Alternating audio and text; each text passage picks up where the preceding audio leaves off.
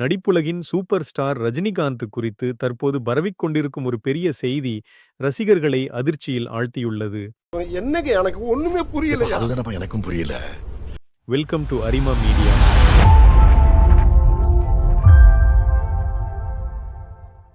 அவர் விரைவில் நடிப்பிலிருந்து ஓய்வு பெறப் போகிறார் என்கிற தகவல் சினிமா வட்டாரங்களில் பேசப்பட்டு வருகிறது.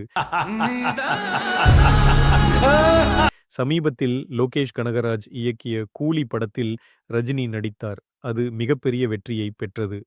அதன் வெற்றி களிப்பில் இருக்கும் அவர் தற்போது நெல்சன் திலீப் குமார் இயக்கும் ஜெயிலர் 2 படத்தில் நடித்து வருகிறார்.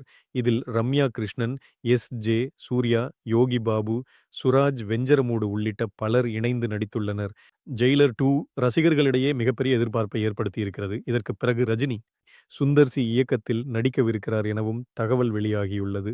சுந்தர் சி கூறிய கதை ரஜினிக்கு மிகவும் பிடித்திருந்ததாகவும், ஆனால் முழு கதை இன்னும் அவர் கேட்கவில்லை என்றும் கூறப்படுகிறது. இதற்கிடையில் சினிமா உலகையே பரபரப்பாக்கும் செய்தி ஒன்று வெளியாகியுள்ளது. ரஜினி மற்றும் கமல்ஹாசன் இணைந்து ஒரே படத்தில் நடிக்கப் போகிறார்கள். இருவரும் இதை உறுதிப்படுத்தியுள்ளனர் என்றும், இப்படத்தை நெல்சன் திலீப் குமார் தான் இயக்கப் போவதாகவும் கூறப்படுகிறது. 2027ஆம் ஆண்டில் இப்படத்தின் படப்பிடிப்பு தொடங்கும் என எதிர்பார்க்கப்படுகிறது.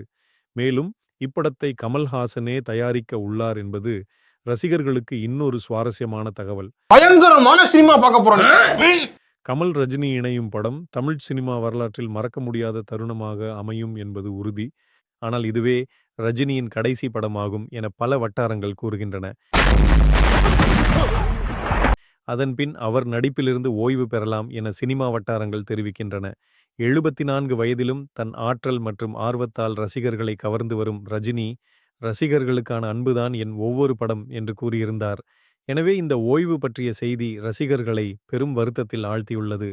இப்போது அனைவரின் மனதிலும் எழும் ஒரே கேள்வி, ரஜினி உண்மையிலேயே நடிப்பிலிருந்து ஓய்வு பெறப் போகிறாரா?